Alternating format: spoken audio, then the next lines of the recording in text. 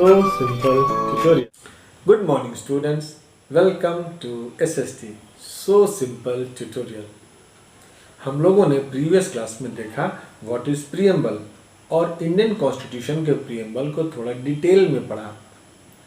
Today's topic is institutional design.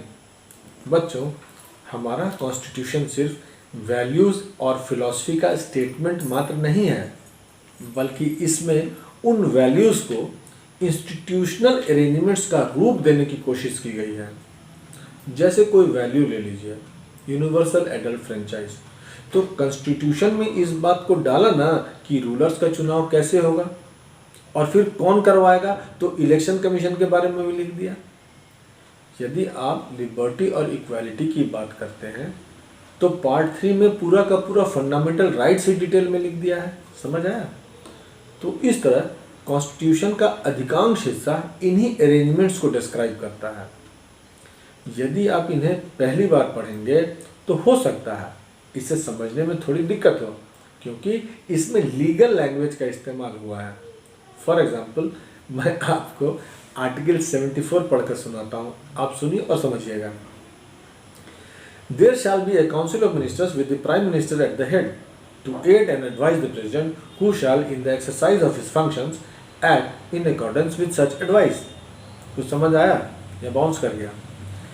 कुल मिला के ये कह रहा है कि हमारे प्रेसिडेंट को काउंसिल ऑफ मिनिस्टर्स, जिसके मुखिया प्राइम मिनिस्टर हैं, उनकी सलाह पर काम करना है.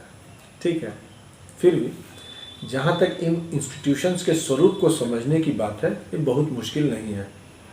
Like any constitution, Indian constitution lays down a procedure for choosing persons to govern the country. It defines who will have how much power to take which decision. किसी भी दूसरे कॉन्स्टिट्यूशन की तरह हमारा कॉन्स्टिट्यूशन भी ये नियम बताता है कि हमारे रूलर्स का चुनाव कैसे होगा. इसमें स्पष्ट लिखा है कि किसके पास क्या पावर्स होंगे और कौन किन बारे में फैसले लेगा. It puts limits to what the government can do by providing some rights to the citizen that cannot be violated. मतलब इसके साथ ही कॉन्स्टिट्यूशन अपने नागरिकों को कुछ स्पष्ट अधिकार देकर सरकार के लिए सीमा तय कर देता है. मतलब एक लक्ष्मण रेखा खींच देता है जिसे सरकार लांघ नहीं सकती है. इस तरह से ये लोगों के राइट्स को प्रोटेक्ट करती है. बच्चों, समय चलता रहता है, समय के साथ समाज में भी बदलाव आते हैं, लोगों के विचार बदलते हैं, ज़रूरतें भी बदलती हैं. ये एक शाश्वत सत्य है. हमारे कॉन्स्टिट्यूशन मेकर्स इस बात को भली भांति जानते थे. वे लोग चाहते थे कि कॉन्स्टिट्यूशन लोगों की भावना और समाज में हो रहे बदलावों के अनुरूप हो. They felt that it has to be in accordance with the people's aspirations and changes in society. तो उन्होंने क्या किया? उन्होंने ये किया, एक ऐसी व्यवस्था कर दी जिससे समय समय पर कॉन्स्टिट्यूशन में बदलाव लाए जा सके. They made provisions to incorporate changes from time to time. इन्हीं चेंजेस को हम कॉन्स्टिट्यूशनल अमेंडमेंट कहते हैं.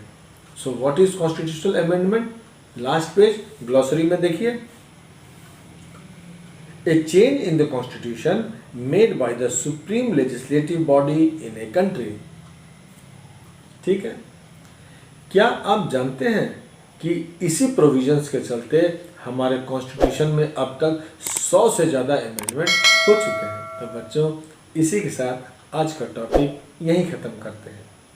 Time for probable questions now. 1. Explain the importance of institutional design of the Constitution of India. 2. What do you understand by constitutional amendment? 3. Why did the Constitution framers make provisions of amendment in the Constitution? अब एक बार आप लोग अपने text book को पढ़ें और probable questions को लिखकर तैयार कर लें. तो इसी इंस्टीट्यूशनल डिज़ाइन के साथ आपका ये लेसन कॉन्स्टिट्यूशनल डिज़ाइन ख़त्म होता है. तो जब अब हम लोग अगले क्लास में मिलेंगे तो एक नए चैप्टर के साथ मिलेंगे. Till then keep reading and have a nice day ahead. Thank you.